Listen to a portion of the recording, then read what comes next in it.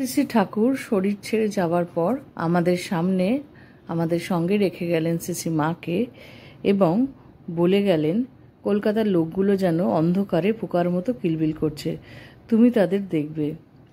আমি পড়ছি সারদা দেবী আত্মকথা থেকে। এখানে মা কি বলছেন ঠাকুর সম্পর্কে এবং ঠাকুরের বলা কথা সম্পর্কে, সেই নিয়েই আজকের ছোট্ট ভিডিওটি। মা দুঃখ করতেন, এমন পাগল জামাইয়ের সঙ্গে আমার সারদার বিয়ে দিলুম, আহা, ঘর সংসার করলে না, ছেলে পিলেও হলে না, মা বলাও শুনলে না। একদিন ঠাকুর তাই শুনতে পেয়ে বললে, শাশুড়ি ঠাকুরুন, সেজন্য আপনি দুঃখ করবেন না, আপনার মেয়ের এত ছেলে মেয়ে হবে, শেষে দেখবেন মা ডাকের জ্বালায় আবার অস্থির হয়ে উঠবে। তা যা বলে গেছেন তা ঠিকই। গিরিশচন্দ্র ঘোষকে নিজের সম্বন্ধে বলতে গিয়ে মা বলছেন, আমি সত্যিকারের মা, গুরুপত্নী নয়, পাতানো মা নয়, কথার কথা মা নয়, সত্য জননী। তিনি অর্থাৎ ঠাকুর বলতেন, কলকাতার লোকগুলো যেন অন্ধকারে পোকার মতো কিলবিল করছে, তুমি তাদের দেখবে। আমিও শেষে দেখলুম। তাই তো অনেক কাজ বাকি। সারাদিন যে কুস্তি করছি, এই ভক্ত আসছে তো ওই ভক্ত আসছে, ঠাকুরকে বলে রাধু রাধু করে মনটা রেখেছি। তাকে স্মরণ করলে কোনো দুঃখ থাকে না।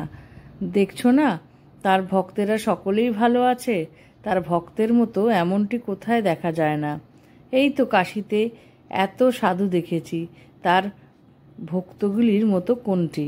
ঠাকুর বলতেন, যারা আমাকে ডাকবে তাদের জন্য আমি অন্তিমে দাঁড়াতে হবে। এটি তার নিজ মুখের কথা। গুরু ভক্তি থাকা চাই, তার প্রতি ভক্তিতেই মুক্তি। ঠাকুরের শিষ্য ভক্তদের কি ভক্তি দেখি নাগ মহাশয়, আহা, তার কি ভক্তি ছিল! এই তো দেখো শুকনো কটকটে শালপাতা, একে কেউ খেতে পারে? ভক্তির অতিশয্যে প্রসাদ ঠেকেছে বলে পাতাখানা পর্যন্ত খেয়ে ফেললে। আহা, কি প্রেমচক্ষুই ছিল তার! রক্তাভ চোখ, সর্বদাই জল পড়ছে। কঠোর তপস্যার শরীরখানি শীর্ণ। আহা, আমার কাছে যখন আসত, ভাবের আবেগে সিঁড়ি দিয়ে আর উঠতে পারত না, এমনই নিজে নিজে দেখিয়ে থরথর করে কাঁপত। এখানে পা দিতে ওখানে পা পড়ত। তেমনই ভক্তি আর কারও দেখলুম না। আমি একখানা কাপড় দিয়েছিলুম, তা মাথায় জড়িয়ে রাখত। প্রথম যেদিন আমাকে দর্শন করতে এলো, আমার ছিল একাদশী। তখন কোনো পুরুষ ভক্ত আমাকে সাক্ষাৎ দর্শন করতে পেত না। সিঁড়িতে মাথা ঠুকে প্রণাম করত।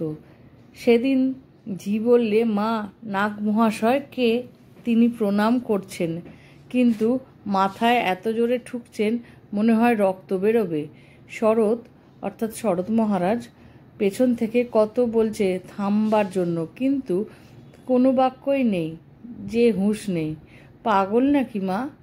মা বলল, ওগো, যোগেনকে বলো ওখানে পাঠিয়ে দিতে। যোগেন নিজেই ধরে নিয়ে এলো। দেখি কপাল ফুলে গেছে, চোখ দিয়ে জল পড়ছে, হেতায় পা ফেলতে হোতায় পড়ে। চোখের জলে আমার দেখতে পাচ্ছে না। আমি ধরে বসালুম। কেবল মা মা শব্দ, যেন পাগল, অথচ শান্ত ধীর স্থির। চোখের জল মুছিয়ে দিলুম। আমার খাবার ছিল লুচি, মিষ্টি, ফল। আমি কিছু খেয়ে তাকে খাইয়ে দিতে লাগলুম। খেতে পারে না গো, খাবার জিনিস গিলতে পারে না গো। বাইরের দিকে মন নেই, কেবল মা মা রব। আর আমার পায়ে হাত দিয়ে বসে রইল। আমাকে মেয়েরা বলতে লাগলো, মা, তোমার তো খাওয়া হলো না, মহারাজকে বলে কি সরিয়ে নিতে বলি? আমি বললুম, থাক, একটু স্থির হয়ে নিক। খানিক বাদে গায়ে হাতে মাথায় হাত বুলাতে বুলাতে ও ঠাকুরের নাম করতে করতে তার হুঁশ এলো। আমিও খেতে লাগলুম, ওকেও খাইয়ে দিতে লাগলুম। আমাকে কেবল যাবার সময় বলে গেল, নাহং নাহং তুহু তুহু। দেখো কি বুদ্ধি, আমার জন্য সব করতে পারে গো। কি ভক্তি বিশ্বাস ছিল! গিরিশ ঘোষের সে কথা শুনেছে? ঠাকুর পুত্রভাবে চেয়েছিল। ঠাকুর তাতে বলেছিলেন, হ্যাঁ, বয়ে গেছে তোর ছেলে হয়ে জন্মাতে। তাকে জানে মা। ঠাকুরের শরীর যাবার কিছুকাল পরে গিরিশের এমন একটি ছেলে হলো, 4 বছর হয়ে কারোর সাথে কথা বলেনি, হাব ভাব সব জানতো। ওরা তো তাকে ঠাকুরের মতো সেবা করত। গিরিশ বলতো, ঠাকুরই এসেছেন, তা ভক্তের অবদার কে জানে মা। ওইটুকু ছেলে আমার পায়ের তলায় পড়ে প্রণাম করলো, তারপর নিচে নেমে গিরিশকে ধরে টানাটানি আমার কাছে নিয়ে আসবে বলে। সে তো হাউ হাউ করে কেঁদে আর বলে, ওরে আমি মাকে দেখতে যাব কি, আমি যে মহা পাপী। ছেলে কিন্তু কিছুতেই ছাড়ে না। তখন ছেলে কোলে করে কাঁপতে কাঁপতে দু চোখে জলধারা এসে একেবারে আমার পায়ের তলায় ষষ্ঠাঙ্গ হয়ে পড়ে বললে, মা এই হাতে তোমার শ্রীচরণ দর্শন হলো আমার। ছেলেটি কিন্তু মা 4 বছরেই মারা গেল। এর আগে একদিন গিরিশ ও তার পরিবার তাদের বাড়ির ছাদে উঠেছিল। আমি তখন বলরামবাবুর বাড়িতে বিকেলবেলায় ছাদে গেছি।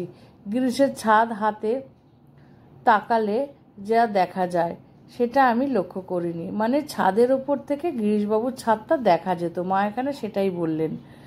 পরে তার পরিবারের কাছে শুনলাম যে গিরিশকে বলেছিল, ওই দেখ মাও বাড়ির ছাদে বেড়াচ্ছে। গিরিশ ওই কথা শুনে অমনি তাড়াতাড়ি পিছন ফিরে দাঁড়িয়ে বলেছিল, না না, আমার পাপ নেত্র, এমন করে লুকিয়ে মাকে দেখব না, এই বলে নিচে নেমে গেছিল। আহা, গিরিশ ঘোষের বোন আমাকে বড় ভালোবাসতো। বাড়িতে যা রান্নাবান্না করতো আমার জন্য আগে রেখে নিয়ে আসতো। কত রকম রান্না করে ব্রাহ্মণ দিয়ে নিয়ে আসে, বসে বসে আমাকে খাওয়াতো। একদিন বলে কি, মা 2খানা ইলিশ মাছ ভাজা খাও না, তোমার আর দোষ কি? আমি বললুম, তা কি হয় মা, তার ভালোবাসা মুখ দেখানো ছিল না। বোধনের দিন দুপুরে আমার সঙ্গে শেষ দেখা করে গেল। যাবার সময় বললে, তবে আসি মা। আমি অন্যমনস্ক হয়ে বললুম, হ্যাঁ যাও। বলতেই থপ থপ করে সিঁড়ি দিয়ে নেমে গেল। সেই যেতেই মনে হলো, বললুম কি, যাও বললুম, এমন তো আমি কাউকে বলি নে। আহা, আর এলো না। কেনই বা এমন কথা মুখ দিয়ে বেরোলো? তিনি সেদিন রাত্রে হঠাৎ দেহত্যাগ করেন, অর্থাৎ গিরিশবাবুর বোন। ভগবানের নামে বীজ কতটুকু, তা থেকেই কালে ভাব, প্রেম, ভক্তি এইসব কত কি হয়। জপ তপের দ্বারা কর্মপাশ কেটে যায়, কিন্তু ভগবানকে প্রেম ভক্তি ছাড়া পাওয়া যায় না। জপ টপ কি জানো, ওর দ্বারা ইন্দ্রিয়গুলো প্রভাব কেটে যায়, মানুষের স্বভাব ছাড়তে পারে না। চৈতন্যদেব বলেছিলেন, স্বভাব ছেড়ে যে আমায় ভজনা করে তাকে আমি ভজনা করি। আমাদের এই ঠাকুর আছেন, উনিই সব। তিনি যখন যেমন দরকার তখন তেমন দেবেন। এত লোক আসছে, কটিকে মনে রাখা যায়? আগুন জ্বাললে বাদুলে পোকা আসে না, সেই রকম। তবে গৃহীদের মধ্যে বলরামবাবু সবচেয়ে বড়।